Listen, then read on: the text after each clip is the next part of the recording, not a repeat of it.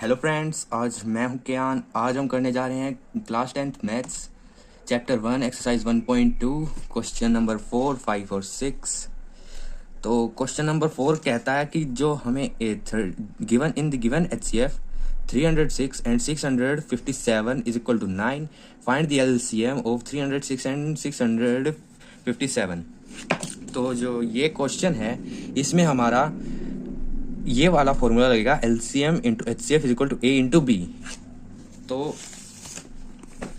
हम इन में जो गिवन है वो लिख लेते हैं। पहले गिवन है A is equal to 306, B is equal to 657 और जो हमें HCF दिया गया है वो है 9 और LCM हमें निकालना है।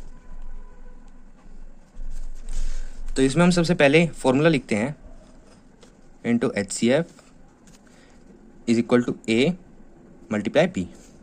अब यहाँ पे हमें सिर्फ वैल्यू पुट करनी है 6 into 657 is equal to 9 multiply LCM।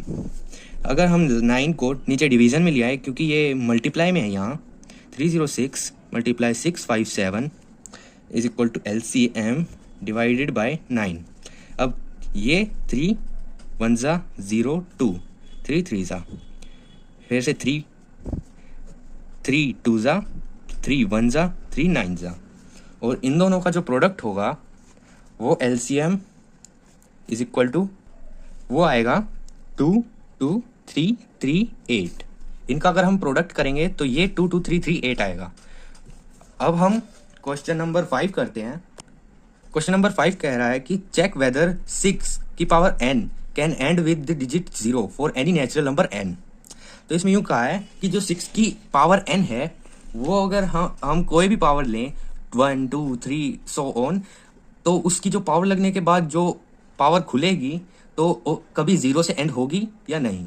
6n, इसको अगर हम ब्रैकेट में खोल के लिखें 2 इंटू 3 की पावर n। अब अगर n की जगह हम 2 पुट करेंगे तो यहाँ पर 2 2 आएंगे और यहाँ पे 2 3, पर ये 0 के बराबर नहीं होंगे क्योंकि 0 लाने के लिए हमें, अगर हम पीछे 0 लाएं तो वो 2 और 5 से मल्टीप्लाई होना चाहिए। अगर उनमें इन दोनों में से एक डिजिट भी उसके मल्टीपल में नहीं है तो वो कभी भी पीछे उसके लास्ट में 0 नहीं आ सकता। तो हम लिख सकते हैं there is no there is no 5 in its multiple, so it could not be and with 0। तो ये हमारा जो क्वेश्चन है इतना ही है। अब हम क्वेश्चन नंबर 5 की ओर जाते हैं।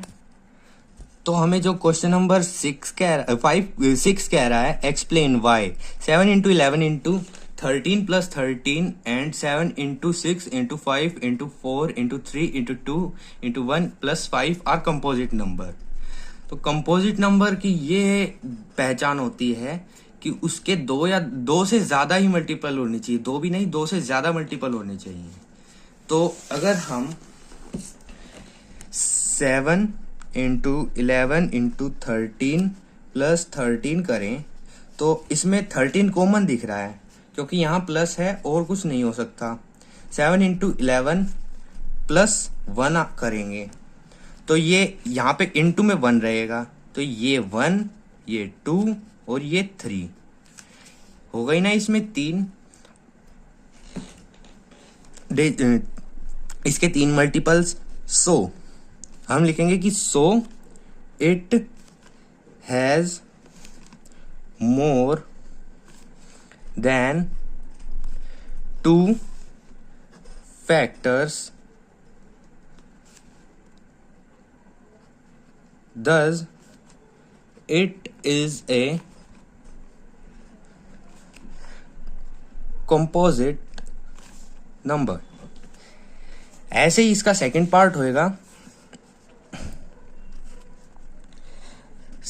7 into 6 into 5 into 4 into 3 into 2 into 1 plus 5।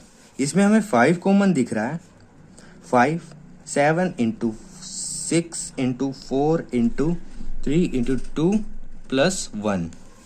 तो इसमें भी मल्टीप्लाई में तो 1 है ही।